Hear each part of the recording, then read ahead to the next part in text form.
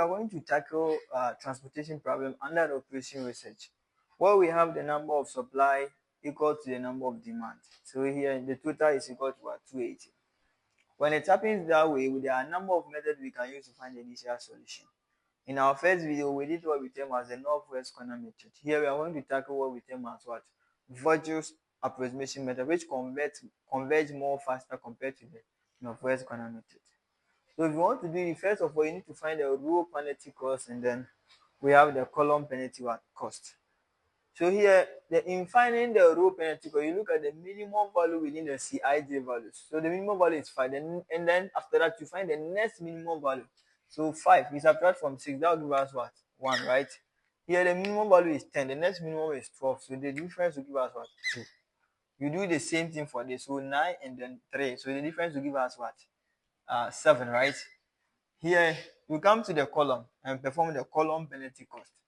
Now, if you come to the column, the minimum value is 3, the next minimum is 5. The difference will give us what? 2, right? Here, we have 5, the next minimum is 9, so the difference will give us 4. Here we have 6, the next minimum is 10, so the difference will give us what? 4. After that, we find, so we have gotten penalty cost for the row and that of the column. So you find the maximum what? Value within this particular row and column. That's the penalty cost. Say the maximum value is 7, right? You go there. So that means that it's falling within the row at this point. And then you look at the Cij value within that particular row or column. If you look at it, you find the minimum value there. The minimum value is 3, right? So you go to that cell and assign the maximum possible value. So the maximum possible value there is what? 80 and that of what? 150, right? So here you realize that the maximum possible value is 80 and then 150. So we can either assign 150 or 180. But if you assign 150 here, it will violate the rule of this one being equal to 80. So you can either assign 80 here, which of course that means that you cannot assign any parameter to these two cells. So basically that is it. Sorry, the difference between the two was 6 rather, but still it's actually the maximum value within the row and the column, so that will not be any problem. Okay, because you have exhausted all the 80, so you cancel this and this one out. Very good. So now we move on again to perform another course until we have achieved all our constraints being maximum. Okay, now the next thing we'll do is to move on and calculate the what? Penalty cost. But then realize that this one we have cancelled everything, so we will not perform what? Penalty cost for this again, right? Very good. So we come then. So the minimum value here is 5, the next minimum is 6, so the difference will still give us 1. Here we have what? 10 and 12, the difference will give us 2. Here we cannot perform, so we move on to this side here. So here we can also perform for this because we have gotten our parameter. We have between 8 and 15. So 8 and 15, the difference will give us 7, right? Here we have 5 and 10 because we are done with this. So it will give us a difference of what? 5. This we have 6 and 12. That will give us a difference of what? 6. And then we are done. After that, we look at the maximum value. Here the maximum value is 7, right? So you look at the minimum value within that line, right? So the minimum value between 8 and 15 will give us what? 8, right? So that is 8. If it is 8, then what do you do next? The next thing that you are going to do is to assign the maximum possible value. So we have 120 and that of 150. So this one is no more 150, right?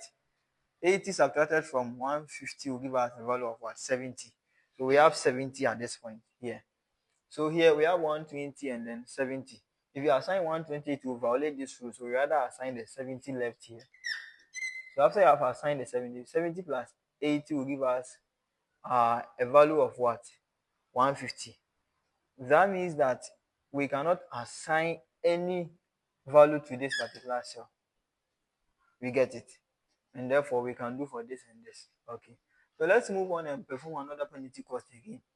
So here the difference we can do for this one too. So the difference is what? Still 1, right? And then here 10 and 12, the difference is still 2. And then here we cannot perform for any, so we move on to this side. Here too we have exhausted it, so we cannot perform for any. So we can move on to this. We have 10 and 5. The difference is what? It's 5, right? So after that, we move on to this, which is the last one. 6 and this one will still give us 6. So the maximum value within this performance we did was what? The penalty cost is 6, right? So that means that it's 4 within this column. So we look at the minimum value within the Cij value. Here we have it to be 6, right? So if it is 6, what do you do next? The next thing you do is to assign the maximum possible value to that particular cell. You get it? In this case, the maximum possible value is either 120 or 160, right? But here, okay, it's either 120 or 60, right? But if you assign 60 here, you are violating this constraint because this one we have 70 and then 70. What value do you think if you put here it will be give us what 120? It means that the value left here is what 50 because we have our 70 here.